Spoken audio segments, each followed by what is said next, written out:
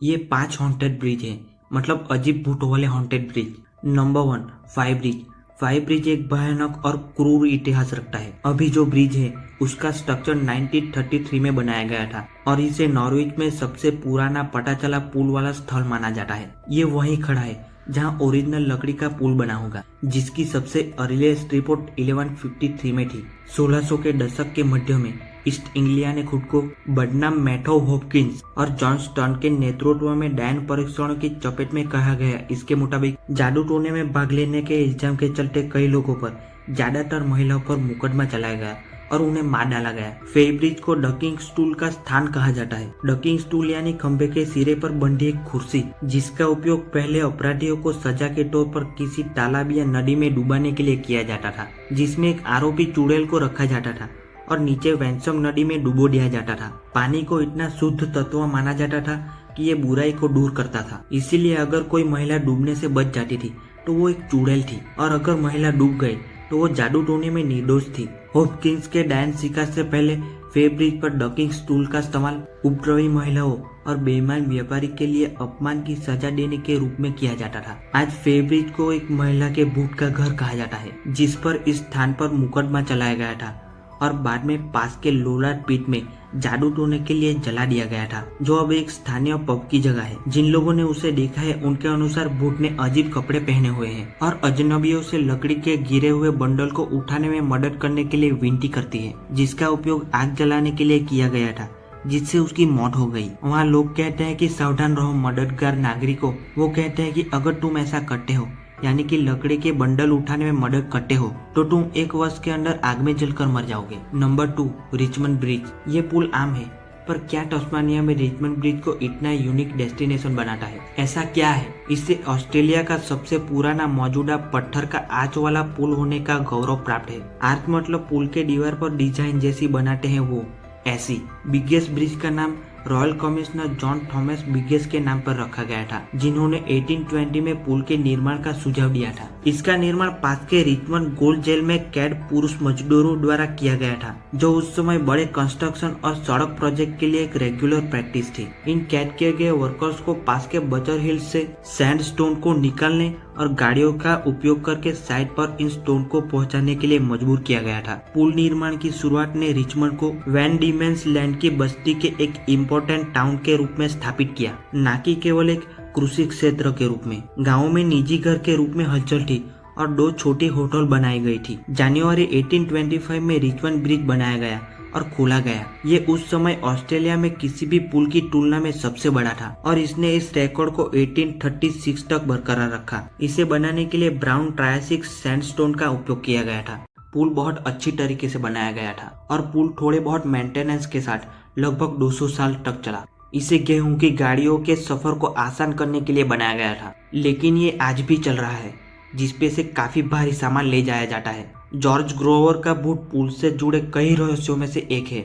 George को एक अपराधी के रूप में तस्मानिया लाया गया था और फ्लैजोलेटो के रूप में भी लाया गया था। फ्लैजोलेटो मतलब जो कोड़े मारते हैं वो। जॉर्ज मजदूरों को कोड़े मारने का काम करता था। फिर बाद में उसे पुल के खंभों की मरम्मत करने वाले दोषियों के एक ग्रुप का इंचार्ज बना लिया गया। कहते हैं कि जॉर्ज अनयूजफुल आदमी था, यहाँ तक कि एक फ्लैजोलेटर के लिए भी। ऐसा माना जाता था कि वो सैंडस्टोन की गाड़ियों पे सवार होता था, जिन्हें अपराधी बूचर्स हिल से खींचते थे और उन्हें कोड़े मारे जाते थे जैसे कि वो घोड़े हो। रिचमंड ब्रिज के पश्चिम की ओर से जॉर्ज ग्रोवर के भूत को बाहर झांकते हुए देखे जाने की कई खबरें आई हैं। बताया जाता है कि जॉर्ज ग्रोवर के कुत्ते का भूत रात में पुल पर भटकता रहता है।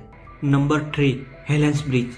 राइटर थॉमस वुल्फ बड़े होने के दौरान कई बार हेलेंस ब्रिज के नीचे चले और इसे अपनी पुस्तक लुक होमवर्ड एंजल के एक अंश में शामिल किया। लेकिन शायद ये ब्रिज के आसपास की कहानियां हैं जो सबसे अधिक ध्यान आकर्षित करती है। आर्च्ड पुल क्वारीड स्टोन से बना है और इसको 1909 में पास के जीलैंडिये हवेली तक पहुंचने के लिए बनाया गया था। पहले के लोग हेलेन नाम की एक महिला की बात करते हैं, जो अपनी प्यारी बेटी के साथ हवेली में या उसके आसपास रहती थी। हेलेन की बेटी की आग में जलने से मौत हो जाने के बाद दुखी माँ ने पुल से लटक कर आत्महत्या कर ली। ऐसा कहा जाता है कि जब उसका नाम पुकारा जाता है तो उसकी व्यथित आत्मा अभी भी प्रकट होती है। हालांकि जिन लोगों ने उसकी आत्मा को जगाने का प्रयास किया है, उन्होंने बताया है कि जब वो जाने की कोशिश करेंगे तो उनकी कार स्टार्ट ही नहीं होगी। Number 4, बनीमैन bridge.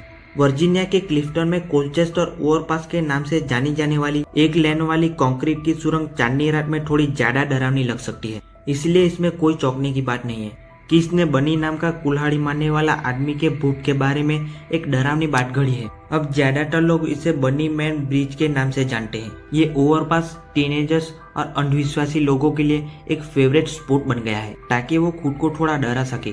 जैसे कि कहावत है, दोषियों के एक ग्रुप को पास के पागलखाने से ले जाया जा रहा था, तभी उनकी बस दुर्घटना का शिकार हो गई, जिससे पागल अपराधी रिहा हो गए।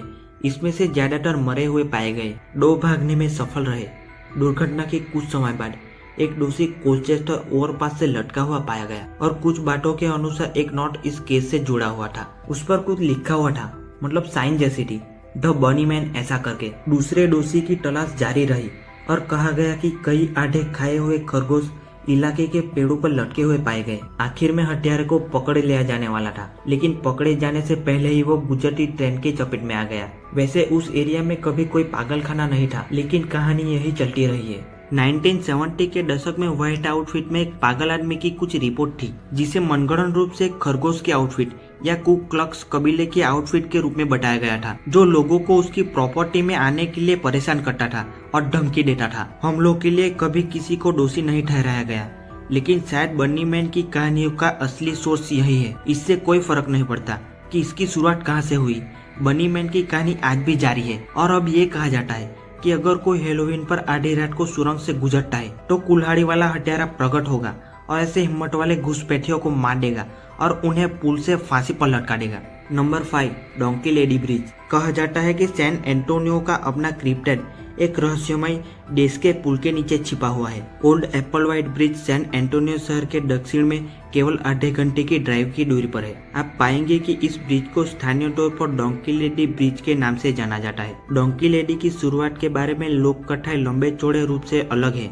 यहाँ तक कि डोंकी लेडी कितने समय से आसपास है, इस बारे में भी कुछ क्लियरली पता नहीं है। उनकी कहानी कम से कम 1950 के दशक की है, लेकिन ये उससे भी पहले 18,000 के दशक की भी हो सकती है। कुछ लोग कहते हैं कि वो अपने पति द्वारा लगाई गई भयानक आग में घायल हो गई थी, तो दूसरों का अनुमान है कि वो एक साथ डूब गए थे, तो उसकी आत्मा उसके पालतू गड्ढे में चली गई थी। हालांकि डोंकी लेडी के बारे में कई बातों पर सहमति नहीं है, लेकिन वो सभी मानते हैं कि डोंकी लेडी एल्म क्रीक के आसपास के एरिया में घूमती है और जो भी इससे पार करने की हिम्मत करता है वो उसका पीछा करती है। ज्यादातर कहा गया है कि अगर आप हॉर्न बजाते हैं तो वो आपके पीछे आपके तलाश में आ सकती है। डोंकी लेडी की कहानी की सच्चाई जो भी हो, वो स्थानीय कहानियों में एक आकर्षण बन गई है। पुल पर आने वाले कुछ विजिटरों का दावा है कि उन्होंने गधे के चेहरे वाले एक व्यक्ति को देखा है। दूसरों ने अपनी कार पर जानवरों के पैरों के जैसे निशान पाए जाने का दावा किया है। कई लोग तेजी से चलने वाले जानवरों के पैरों की आवाज सुनने का दावा करते हैं,